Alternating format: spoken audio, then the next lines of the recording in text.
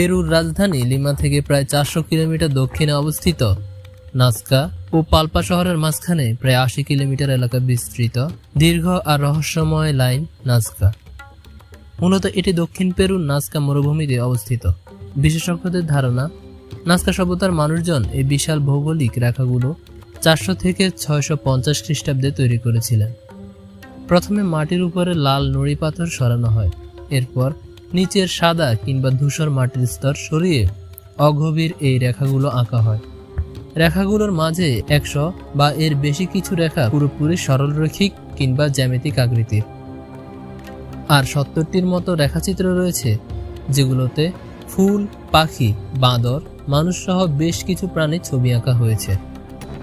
সবচেয়ে বড় নকশাটি প্রায় 200 মিটার লম্বা। কেন আর কিভাবে এই বিশাল বিশাল রেখাচিত্রগুলো সে যুগে আঁকা হয়েছিল তা এক বিরাট রহস্য। এই রেখাগুলো এতটাই বিশাল যে আকাশপথ কিংবা ফুট হিল নামে এক পাহাড়ের উপর থেকেই শুধু ভালোভাবে দেখতে পাওয়া যায়।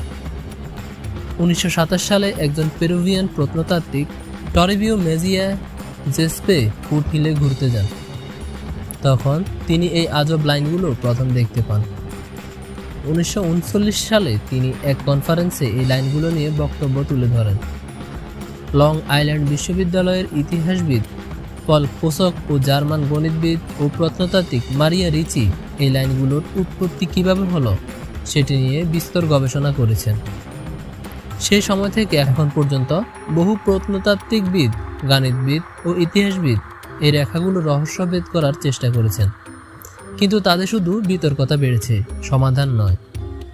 রেখাগুলো কিভাবে আঁকা হয়েছে সেটা বের করতে গেলে হয়তো সেগুলো কি উদ্দেশ্যে তৈরি করা হয়েছে সেটা বোঝা যাবে। এই রেখাগুলো প্রায় 10 থেকে 15 সেন্টিমিটার গভীর। নাজকা সভ্যতার মানুষেরা 100টিরও বেশি খুব সাধারণ কিন্তু বিশাল আর জটিল নকশার বেশ কিছু জীবের ছবি হয়ে গেছে। সবচেয়ে বড় আকৃতির রেখাটি প্রায় 270 মিটার লম্বা।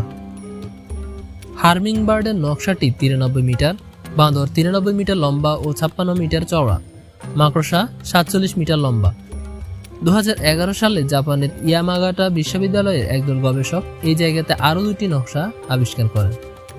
একটি ছিল মানুষের মাথা, আরেকটি হচ্ছে একটি প্রাণীর নকশা। পোশাক ও রিচির মতে নাজকারা এই রেখাগুলো তৈরি করেছিলেন তাদের উপাসিত স্রষ্টার দৃষ্টি আকর্ষণের জন্য। জোরাল্ড হকিং ও অ্যান্থনি অ্যাভেনি 1990 সালে বলেন, এসব রেখার কোনো মহাজাগতিক ব্যাখ্যা থাকতে পারে, যদিও এর প্রমাণ অপর্যাপ্ত। সুইস লেখক এরিক ভন ড্যানিকেন বলেন, নাজকা রেখা ও অন্যান্য জটিল নকশাগুলো অনেক উন্নত প্রযুক্তি দিয়ে তৈরি করা হয়েছে, সেটা সে যুগে বিদ্যমান ছিল। এরিকের মতে বিশাল বিশাল এই রেখাগুলো ছিল প্রাচীন রানওয়ে, যেগুলোতে বিভিন্ন গ্রহের প্রাণী কিংবা এলিয়েনরা অবতরণ করত।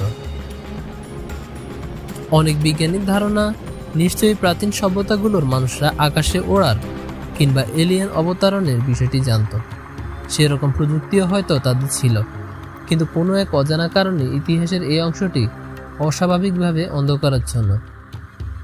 এরিক 1968 সালে তার প্রকাশিত বই ক্যারেটস অব দি গডস এ দাবি করেন, এই রহস্যময় নাজকা লাইন আর আধুনিককালের রানওয়েগুলোর মাঝে অস্বাভাবিক মিল রয়েছে। তাই তার ধারণা, যেটার সাথে পরে আরও অনেকে একমত হন, যে হতে পারে এই নাজকা লাইনগুলো বিশ্বের সবচেয়ে প্রাচীন রানওয়ে। আসলে কি তাই? সঠিক উত্তর এখনও অজানা।